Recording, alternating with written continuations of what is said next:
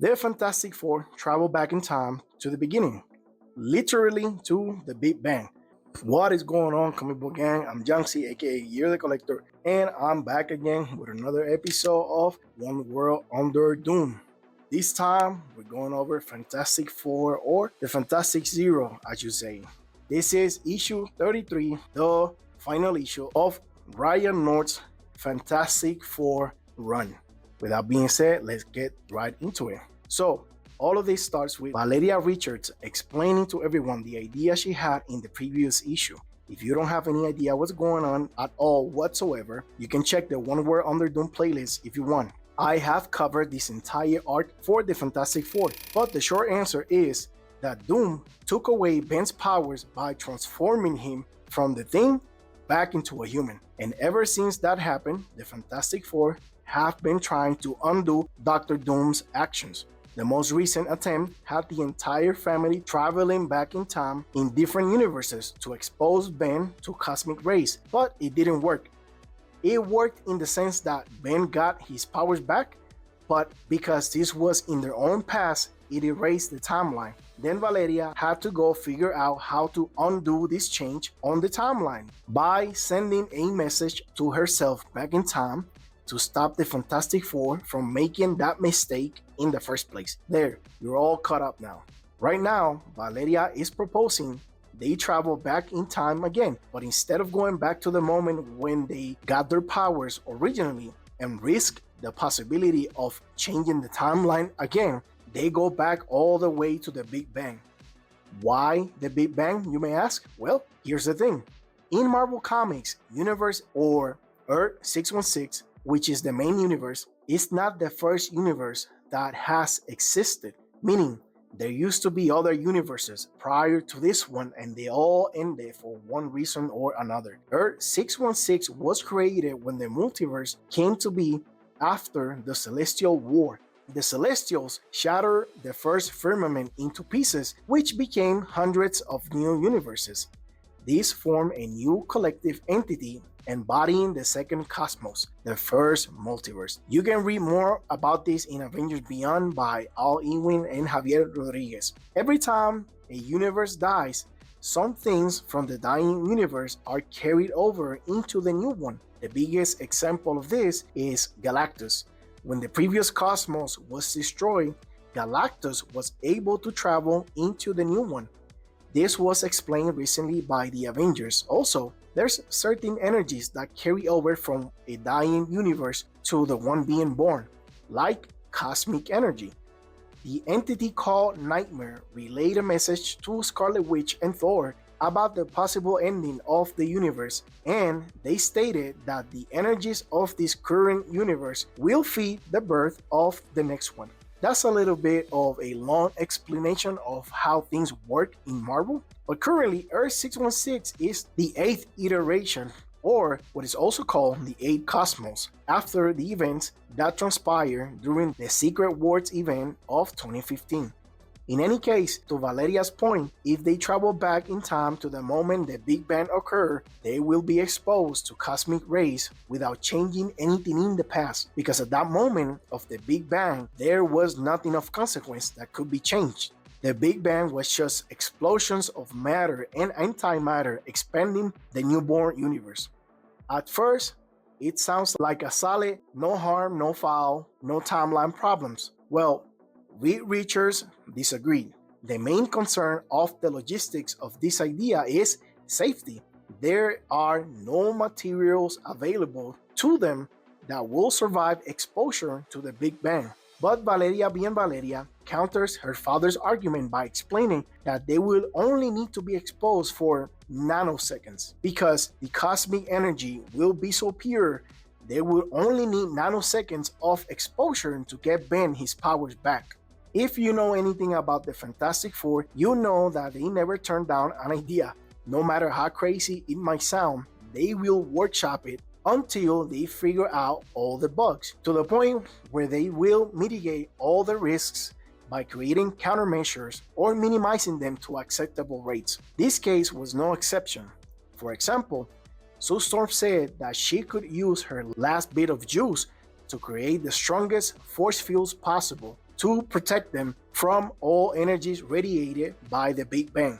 Johnny, on the other hand, he said he could absorb all the radiation around them to minimize some of the exposure and allow Sue's force fields to last longer. Finally, to avoid losing their powers faster, Reed will join them. Yeah, that is a thing. Just in case you didn't know, if one of the Fantastic Four loses their powers, or let's say they are gone in another universe for an extended period of time, the remaining members will lose their powers in time as well. That was already happening, and it was explained previously in this arc. And I covered that as well with examples going back to the post-Secret Wars era as well. You should check it out. With all that being said, there's still a major concern. The amount of time they will be exposed to the Big Bang is short. In fact, it is so short that no human could react fast enough to send their ship back to the present. So, to solve this, they decided to bring H.E.R.B.I.E along with them to pilot the ship. Since H.E.R.B.I.E is a robot, he could be programmed to operate and pilot the ship in nanoseconds.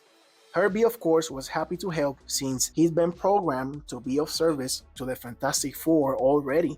Finally, they have a plan, so they get busy preparing and building everything for their trip. First and most crucial was upgrading H.E.R.B.I.'s software and hardware so he could survive the trip and, more importantly, have the capacity to pilot the ship between nanoseconds by making informed decisions depending on the challenges they face in that short amount of time. Then, they built the ship for time travel with the strongest and most resistant materials available. This ship does not look like any other time traveling machine they have used in the past because they have never traveled this far back in time. Typically, you see them furnish some upgrades on their fantastic car and call it a day, just like they did previously. No matter, they all took a moment to look at their work, and the children, of course, voiced their concerns by asking them to be careful. The following is exactly why Reed Richards, Mr. Fantastic, can be the allegations of being neurodivergent. He goes into this rant of how it will be impossible for them to be careful, technically speaking, because of the short amount of time they will actually be present during the Big Bang. Valeria, the second smartest person in the room, cuts him off by saying, "You know what Franklin meant, Dad? Just don't die," which is completely valid, right? They're about to go risk their lives, but again, Reed probably has some form of schizoid personality disorder because he often prioritizes his scientific pursuits over personal relationships, leading to emotional detachment, which is exactly what's happening here. The children are voicing their concern, and Reed's analytical mind is trying to explain how concerning won't even factor into what they're about to do, instead of putting his children's mind at ease by saying literally anything else in this moment. The man just can't help himself. Before Reed could terrorize the children even more with the details of this trip, Sue stepped in and reeled him back to Earth. So he shuts that brain off and gives the children some form of reassurance that they will do everything humanely possible to be careful. Ben and Alicia say their goodbyes in their own ways, which was a little bit more normal, if you will. Then Ben tried his best to find the words to say thank you to everyone for literally putting everything on the line for him. Even though they don't see it that way, if they don't get their powers back, they won't stand a chance at stopping Dr. Doom. Remember, this is still taking place during the One World Under Doom story. So, they boarded their their time-traveling capsule, and H.E.R.B.I.E was already there, ready to go.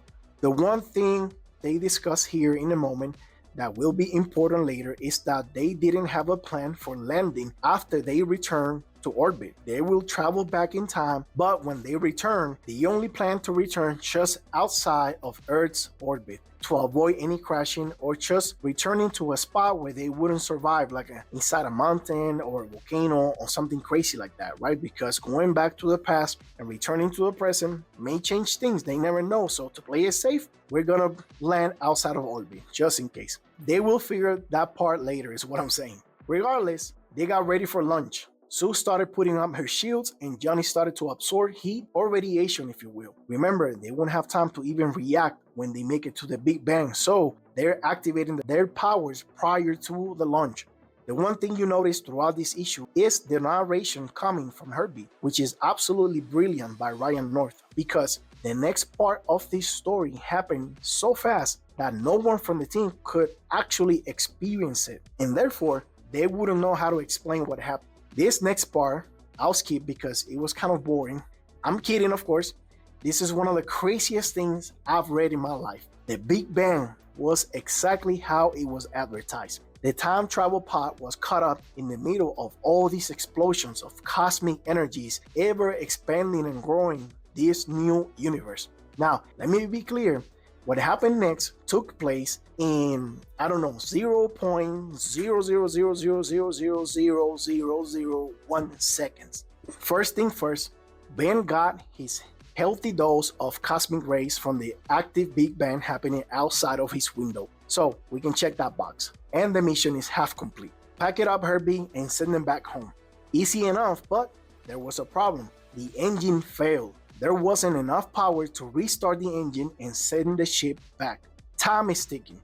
Well, not ticking as you and I will think. This is still happening just half the nanoseconds they had planned, and in that time span, the integrity of the ship was already compromised. The plasma energy from the explosions caused by the Big Bang were already coming through the hull of the ship at incredible speeds. Luckily, Reed and Valeria have upgraded H.E.R.B.I.E.'s software so it could operate fast enough to run diagnostics, problem solve this on the spot.